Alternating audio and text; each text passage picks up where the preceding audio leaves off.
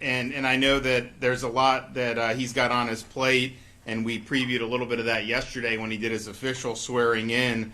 But one of the things that we've worked hard on this year has been this idea of doging all areas of government. And that obviously started with the Trump administration, President Elon Musk, and really looking at the federal government. Obviously, we know there's a lot of problems with how the federal government operates. But we looked in Florida and said, even though we have the second lowest spending per capita in the country, even though we've paid down record amounts of outstanding state debt just since I've been governor, even though we're cutting taxes, we're doing all this, we have the lowest number of state workers per capita of any state in the country. We want to look at ourselves at the state level, and particularly at our universities. And so we did an executive order ordering all the agency heads to start using some of this artificial intelligence, because they're supposed to do reviews of what's going on, contracts, all this stuff, but let's harness artificial intelligence, some of these things, to look at our own agencies, but then also at these universities. And the universities get a lot of money. I think there was a view of universities that somehow they're entitled to just do what they want. And I've said, no, actually the taxpayers fund your universities, and so you got to pursue a mission that's consistent with the goals of the state of Florida. And so we've done things like eliminate DE&I. We've done things that are trying to focus the universities on their core mission. So there's mission creep there, and then we're going through all that. But then we also said we need to look at state and local governments. Now, I didn't have authority per se to just demand everything. I do have some constitutional authority that we exercise, but we also work with the legislature to get some concrete DOGE authority for the state of Florida vis-a-vis state and local governmental entities. And then the chief financial officer has longstanding authority to conduct oversight and audits of government institutions that receive state funding, which is almost basically every institution in Florida receives some form of state funding. So we are pleased to really get the ground running now. I mean, the budget was signed at the end of June, took effect July 1st. We've been doing some planning on this. Obviously, Blaze I put Blaze in to be the CFO because there was a vacancy there, and so now it's off to the races. Now, I think there's problems in local governments. Some local governments have done a good job. I mean, I think we have a big, diverse state, and it's not necessarily like this part of the state is all bad, this part of the state's all good. It's really a mix. And I've had a lot of complaints from folks down here in South Florida vis-a-vis some of the governments, but we've also had complaints in Northwest Florida and in other parts. And so it's important to just put all this in perspective. But I will say this, if you look at the state of Florida, you go back 15 years, the average Floridian was $1,200 per, if you took the state debt, you would be about $1,200 that you would owe as a Floridian. We've now driven that down to under $500 per Floridian. So the total state debt of all of Florida's history, if they somehow just said, you got to write a check, we got to pay it off tomorrow, you'd pay somewhere around $400. Now, if they told you from the federal government, and they told you had to write a check for your share of the federal debt as an American citizen, you'd have to write a check for like $106,000. And so it's way different. Our debt is declining. The budget I signed, and I did about $600 million in line item vetoes to get it in line with my proposed spending levels from my governor's recs. But we spent less last fiscal year than the year before, and we're spending less this fiscal year than we did in the fiscal year that just elapsed at the end of June. There's not a lot of states that can say that they're actually doing that. Obviously, the federal government hasn't cut spending, so it's we're in a good position as a state, but we always want to do better. So we've started with state, and we're going to continue to do that. But we also now have the ability to bring this into the state and local level, and so. I did do an executive order with the authority that we had. There were some things that people had to do. There was some stuff before the legislature acted that was more voluntary. Some local governments took us up on that offer, Other local governments did not take us up on that offer, as you might imagine. And so there was a disagreement among some. You had some commissions would vote, and it'd be a divided vote, and sometimes they would comply, sometimes they wouldn't. My view would be you should be proud of what you're doing and proud of your budgeting and your spending, that you should welcome this stuff to be able to trumpet that to your constituency. But that wasn't true for everybody. And so, we are here today with our new CFO, Blaise Ngolia, that we are going to start doing on-site DOJ inspections and audits of local and of county and municipal governments. So beginning on July 31st, our teams are composed of auditors and other skilled staff that are drawn from various state agencies.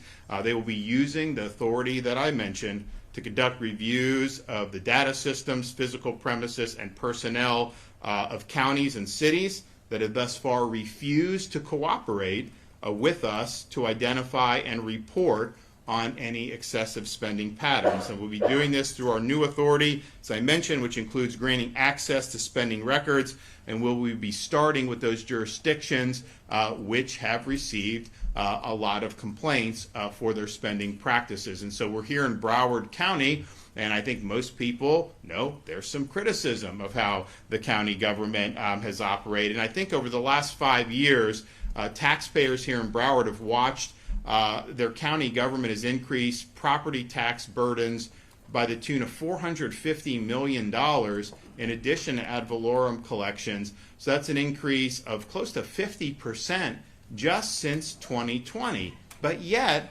the population of Broward has barely grown at all, less than 5% net since 2020. So why is the tax going up almost 50% while the population is going up less than 5%? There are things that as population grows, we've seen this in the state of Florida, more people pay sales tax, you end up having higher receipts, but that's because of economic growth and more population. You haven't seen the population increase here. Now, Broward has also spent a lot of money on kind of pet causes, whether it's DE&I, whether it's the Green New Deal. They even did, I think it was it $800,000 for the Rose Bowl? They did a float in the Rose Bowl.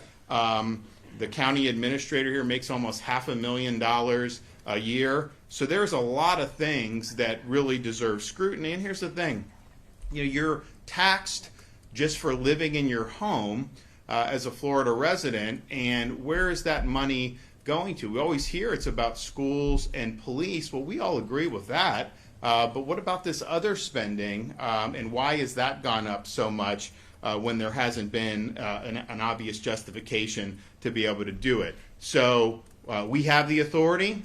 This is no longer optional. We don't have to ask, Mother, may I? We can just simply say, you must comply under the law. Of course, there are supporting mechanisms built into the law for municipalities and counties that are non-compliant, and then of course I have constitutional authority to ensure that folks are following the law. So I look forward to these audits. So we are announcing today, Broward County. We've got another announcement later today in Gainesville, but you are going to see cadence of these put out very quickly over the next couple weeks. And so it's not just going to be in one part of the state, it's going to be across the board. We have gotten a lot of valuable information from folks that voluntarily participated, but I think that there's jurisdictions that didn't want to participate. We understand that, but we also understand that that's not going to be acceptable for the taxpayers here in the state of Florida. Before I turn it over to Blaise, I just want to make a quick comment on, the city of Miami. They cooked up this scheme with, I think, 3 of the 5 commissioners that they would just cancel the election scheduled for this November, extend their own terms in office, which the voters had never approved. That also violates term limits effectively, and that was just something that was going to be all hunky-dory. And I know a lot of people were concerned about it. I raised concerns about it and said it was bad. The Attorney General of Florida said it was not legal, what they were trying to do. I know a lot of voters and residents down in South Florida were not happy with seeing that. And so yesterday there was a court ruling to say that no, you can't cancel the election, you can't extend your terms in office unless you get the approval of the voters. And isn't that how it should be? I mean, you as a voter go in to elect someone for a fixed term knowing you have another shot to have new elections at a fixed time, and that they can just decide, you know, we're just going to dispense with that and go. That doesn't fly. First of all, it wasn't legal. But even if somehow it was legal, is there anyone that can make an argument with a straight face about why that would be something that would be acceptable to just thrust upon the voters without their consent? Of course not. So we were very much pleased to see that court ruling. I anticipated that court ruling because I think that what they were trying to do just ran afoul of not just the law, but basic common sense and principles of fairness. And so I hope that they'll be able to conduct a free and fair election this November.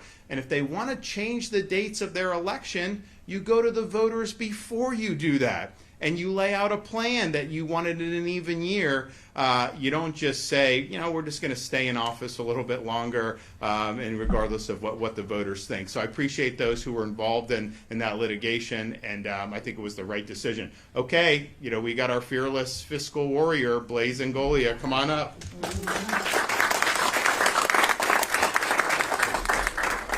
Thank you, everyone. Thank you for being here this morning. Good morning, and thank you, Governor, for leading on this issue. It's an important issue. We got some feedback back there, huh? So I want to thank you. There is a new era of accountability in the state of Florida when it comes to fiscal spending. I will tell you that I cut my teeth years ago calling out local wasteful spending. What I've seen that local governments usually have the most egregious patterns of spending money on stuff that, quite frankly, if the voters knew and we shone a light on it, they would probably disagree with. Broward County, unfortunately, is probably, in my mind, one of the worst offenders when it comes to spending. And the reason being is that because the county is full, there's a lot of people here, so there's not much in terms of population growth.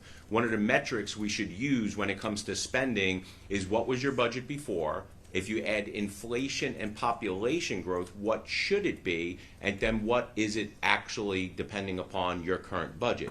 Well, if you don't have population growth, you can't use the argument that we have that many more people. There's not that many developments being approved in the state of Florida. They're not adding that much more people. So yes, is there inflation? Yes.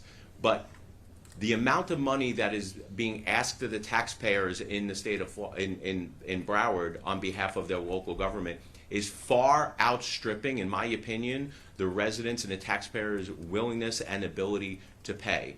They're putting a crunch. One of the big issues that I am pushing for is affordability in housing, insurance and taxes. Taxes are one of the things that we can handle. So if we can get government to reduce spending, right-size their spending by getting rid of waste, fraud, and abuse, and quite frankly, the things that you probably wouldn't approve of, then we start off with a lower base number.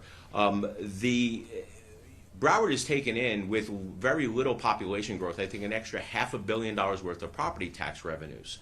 That's a lot of money, and we have to start asking ourselves, and quite frankly, we need to start asking local government, where are you spending this money? And then let the people know what they're spending the money on, and then let the people make the decision that this is worthwhile. From some of the stuff that we've seen, like $800,000 on a float at the Rose Bowl parade, probably not the best use of taxpayer money. Now, that is TDT money, I get it, but it goes to show a bigger, that is just a symptom of excessive, reckless spending, where quite frankly, they don't care. I'm sorry to say this, but a lot of local officials just don't care because they don't view it as their own money.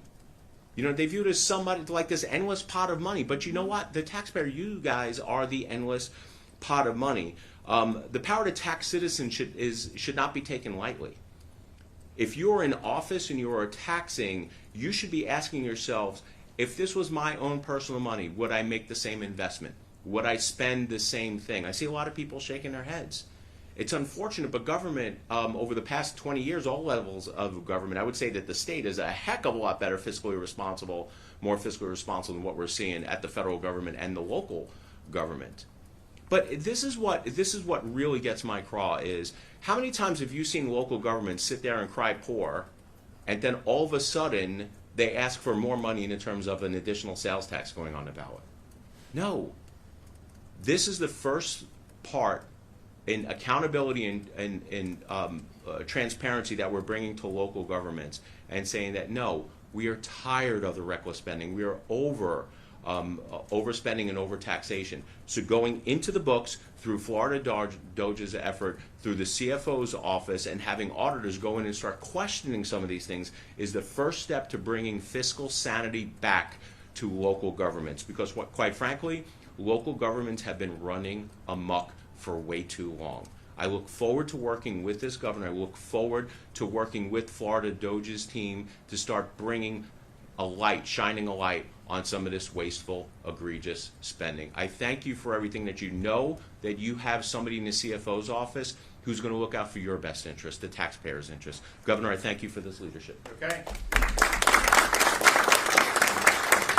And I appreciate Blaise, taking this on. One of the things that I did when I became governor was I actually just studied all the constitutional statutory provisions that related to the executive's ability to move policy.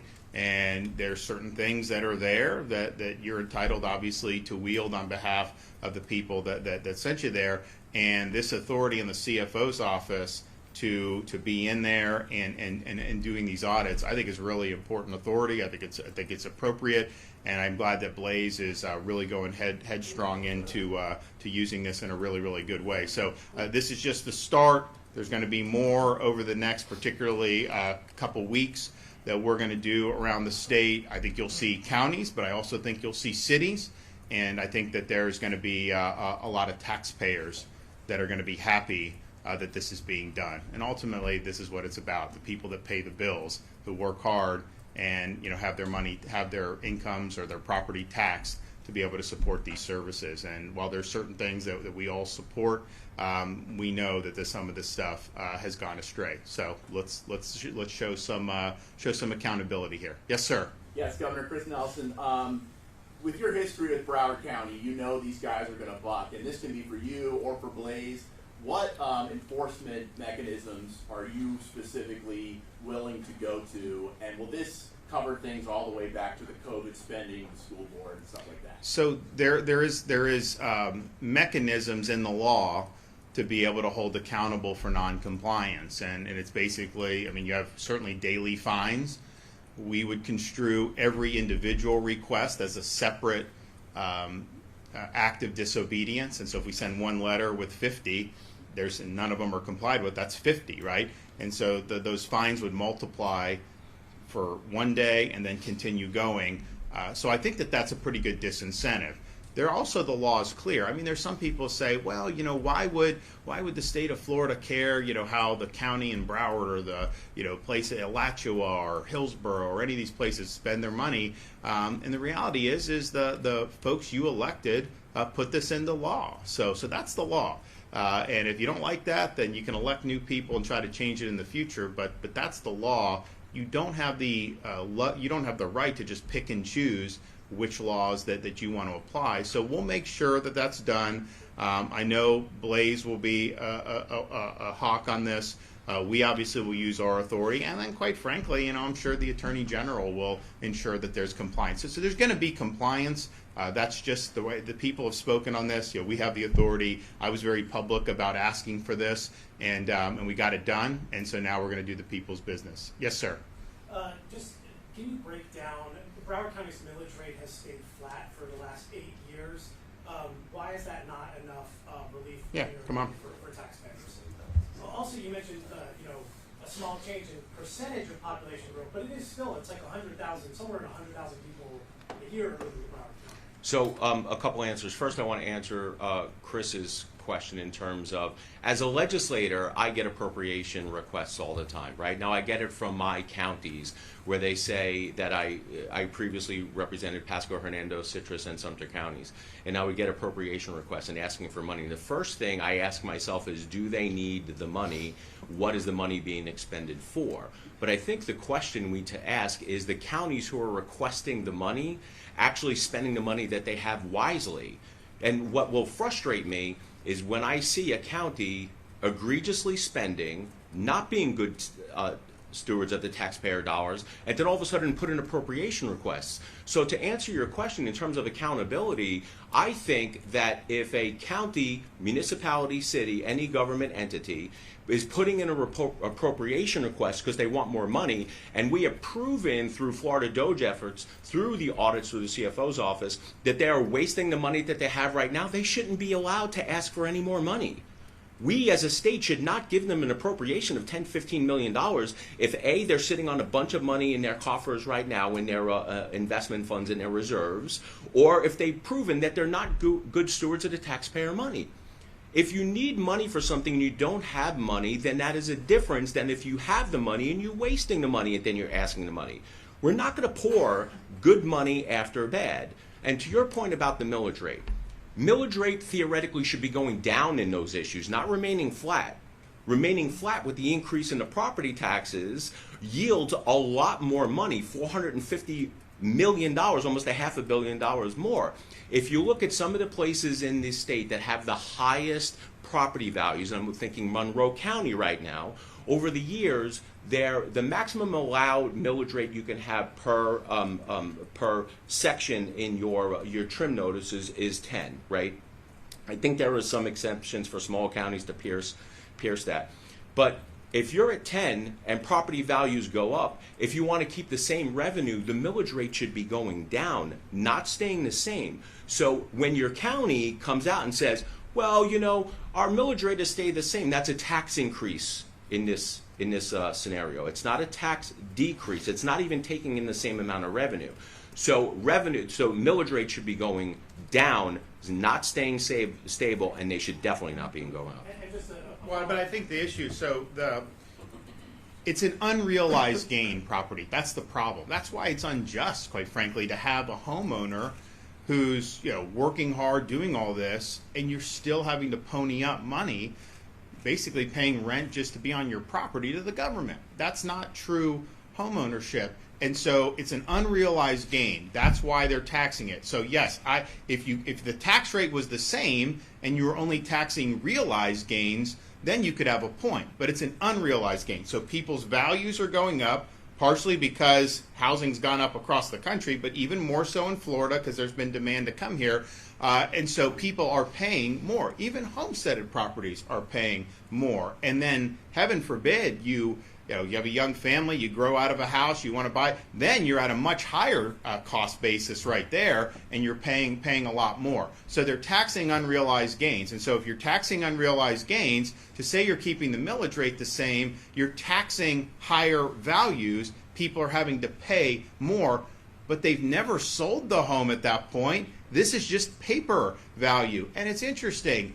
How often are they aggressive to assess your property value lower? No, that's not what they do. Yes? In regards to the City of Miami ruling yesterday, would you like to personally see those elected officials held accountable? And then secondly, when can we expect the Lieutenant Governor announcement? Jay Collins, perhaps? So I told people I would deal with these appointments after the legislative session. Obviously went till the end of June. So we were able to do the CFO. So the LG we're working on, I just got to vet people, right? And there's different folks that want it or this. And so it'll be soon, but it's not necessarily going to be, today or tomorrow. Now, look, on the City of Miami, now some people ask me, could you remove the commissioners? And actually the way Florida law is, governor has way more authority over county elected officials than municipal. So the municipal, really there needs to be a criminal pretext for the governor to exercise the suspension authority there. Now, why they did this, was there something behind the scene? I don't know. I mean, obviously it's a shady thing, right? But I think probably the best way to do it in the short term is we got an election coming up in November, and I think the voters of Miami, and interesting, this is an issue that spans party. Democrats and Republicans, that I've seen, all thought that this was a bad idea. The voters. I know some entrenched politicians thought it was a good idea, but this was a bad idea. And so I think the city's going to have an opportunity to elect a reform mayor and some of these commissioners. That's probably the best way in the immediate aftermath. Now on county stuff, like on the immigration stuff. I mean, if you have duties under the law, if you're neglecting those duties, then the governor does have the authority to suspend under those circumstances. So, yes, sir. Thanks, I appreciate it. With respect to municipalities that are not in compliance, is the sanction withholding state funding and appropriations, is that about the only sanction, or? Fines. So the where's Eric? And I'm sorry. And my other question was. We have the fines, or how much a day? $1,000 per day.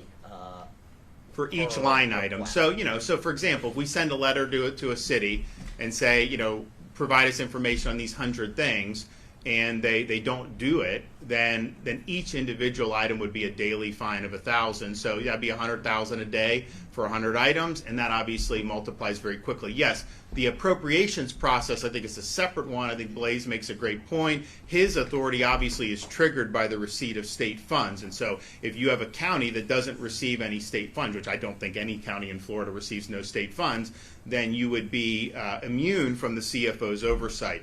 So I think there's going to be both, and then I think clearly if it came to something where you just had a neglect of obvious duties in some of these positions, to the extent governor's constitutional authority is implicated, you would have the ability to do that. So I'm confident that the enforcement is going to be adequate. And here's the thing, people say, fine, just comply, we'll do it. I would love for some of the areas where people have told us, hey, you got to audit here, I would love for those to come back passing with flying colors. I mean, that'd be good for taxpayers if that happened. You said both, meaning appropriate state funding and the fine. That's the right, exactly. Yeah, I think I so. have one quick question on alligator Alcatraz. Sure. Lawyers are not able to see their clients out there. What do you think, being a lawyer yourself and a JAG lawyer? Well, I first of all, I don't know. Here's what I think is happening. You have some of these, and a lot of these are criminal aliens, and they will make claims, and then the media is kind of running with it. I know that the DHS anticipated that there would be legal involvement, and I know they even have a place where people can read books about this stuff. So that was all being kind of. Now I haven't been down there since the president was there. I may go back down very soon. But it's odd that they're going in there. I mean, you have these representatives. I mean, first of all, they're just trying to get some notoriety. So they're making these claims, and they're saying, oh, they're not fed well. Well, first of all, they're fed the same that the staff is fed. You go to and it's not a prison; it's a deportation processing center, so it is different. But in Florida prisons, do you think the prisoners get the same meals as the guards? No, of course not. It's different. Everyone's the same there, and they were mad that the ham sandwiches weren't toasted. Excuse me? I mean, give me a break. So DHS, required there to be certain things. I know the legal was a part of that. There is recreation. People say there's not, and there is. People will show. So I'm confident that whatever is required will be satisfied. I know that there's an effort to try to put whatever narratives out there that you can, but I'm confident that they'll get the job done. But here's the thing: ultimately, the goal is you need a place that you can process and deport efficiently. If you want to be able to remove illegal aliens from the country, particularly the criminal aliens who shouldn't be anywhere in our communities, that needs to have some infrastructure to go with it. DHS does not have enough spaces to be able to do it. So we're running into situations. Florida's aggressive. Our state and local are required to participate. So our highway patrol, they may bust some van, and there may be 10 illegals in a van. They can bring to ICE, but if ICE doesn't have room for them, then ICE basically just either has to release them or hope that you can put somebody in a state, a county or a city facility, and you can do that at some point, but we don't have the space there. So that's why they're doing it. I think DHS is going to ramp up its space, which will be very helpful for this. And so there's a lot of logistics. There's a lot of, people say there's no due process. Actually, there's a lot of due process. That's why it takes this way. My view would just be, it's okay, are you here? Do you have a right to be here? Show us. Okay, let's look at this. We think not. And then just make a quick decision. And obviously, if someone has a right then they shouldn't be involved in any of this stuff. I would also note this. When you go into Alligator Alcatraz as an illegal, the first thing DHS does is they give you a brochure and they tell you, you don't have to come here. You can get at federal expense, all expenses paid flight back to your home country. No questions asked. Now, obviously, they'll escort you to make sure you're getting on the plane. They check to make sure you land. But they are offering that for every single one of these folks who end up being brought there. So nobody has to go there if they don't want. They do have the ability to take the DHS up on their offer and go back to their home country. I don't see that mentioned as much, but that is definitely part of it, and it makes sense financially because whatever the cost of the ticket is going to be less than going through a more lengthy process and then end up flying people out at like a military or DHS aircraft. So, yes, sir. Governor, back to the audit really fast. You mentioned that you're starting with the counties that haven't voluntarily agreed to be part of the auditing. Do you know off the top of your head where the other South Florida counties stand? Miami-Dade, Monroe, Palm Beach? So, Miami-Dade, we have had some cooperation. I guess you'd say some cooperation with, I know we work with one of the commissioners, Eric. Would that be, I don't think they fully got on board, but we do have some of the commissioners are helping on that. So I would say that they've been better than some, but not good enough. And so I think it's very possible that you see an announcement on Miami-Dade within the next couple weeks. I think it's also possible that you could see an announcement on Palm Beach. And then there's also municipalities in South Florida as well. We're going to do another announcement later today, and then through the balance of this week and next, there'll be more that are going to be doing. But I think it's going to be, certainly going to be, probably 10 to 15 counties, municipalities split that are going to get the on-site DOJ inspections. Governor, you mentioned on the spending. Has Broward completely been not cooperative? How would you characterize? Well, so it's interesting. I guess they did submit something late yesterday, correct? They responded to our most recent information request. They have not passed a resolution announcing that they are a cooperating jurisdiction or a resolution of support for the DOJ effort as over 75 other jurisdictions across the state. So Eric Soskin is our DOJ head for the state governor's office, and so he's doing so yeah, they haven't done the compliance that we obviously hope for. They did submit an answer, I think, close of business yesterday on that. Now, we had already decided that this was going to be something that we were going to do going forward. So. Governor, you mentioned there's a lot of complaints into how Broward County is spending. Do you know who those complaints are from? How many have taxpayers? Yeah, I mean, I think taxpayers. When we started announcing DOJ, we got a lot of incoming on a handful. I mean, I'd say Broward was one people talked about. I'd say Gainesville and Alachua were big. I would say Hillsborough. I would say Manatee.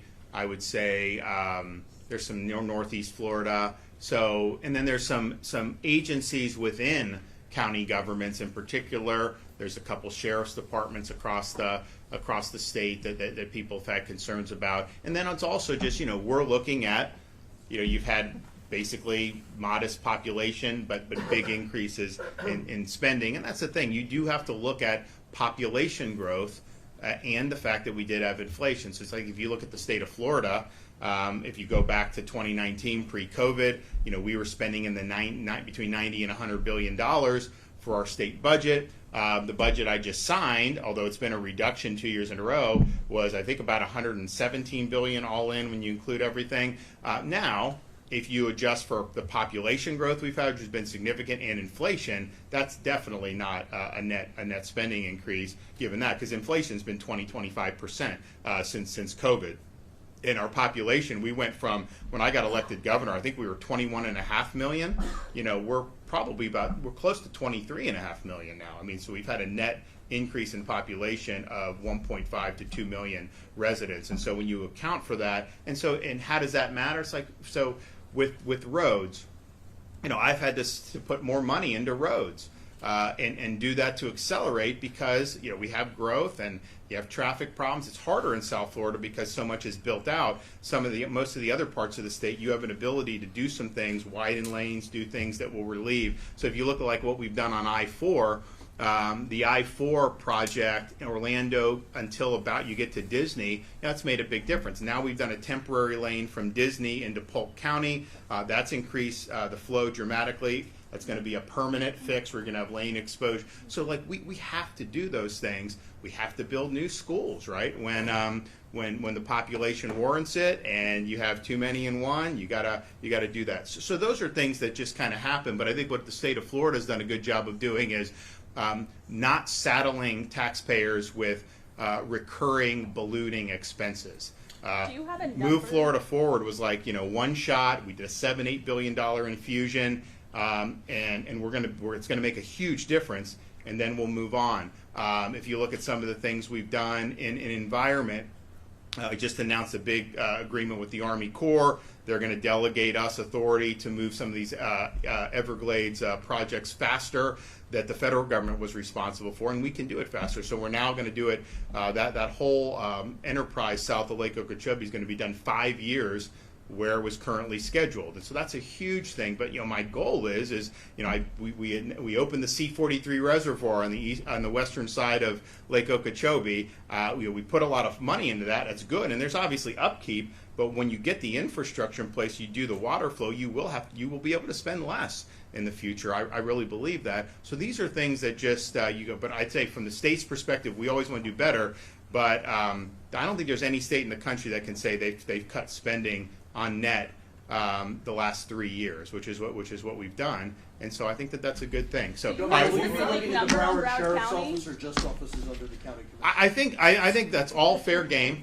I think when you're talking about property tax revenue, where does that go? I mean, the thing that people say is that that's the schools and the law enforcement, and I think I've been a big supporter of law enforcement, obviously, and I think that we have the best sheriffs in the country in the state of Florida. But I would not say all 67 departments, are run great. I would say most of them are run well. But I would say that there are some that need to be looked at, and I think this could be one here.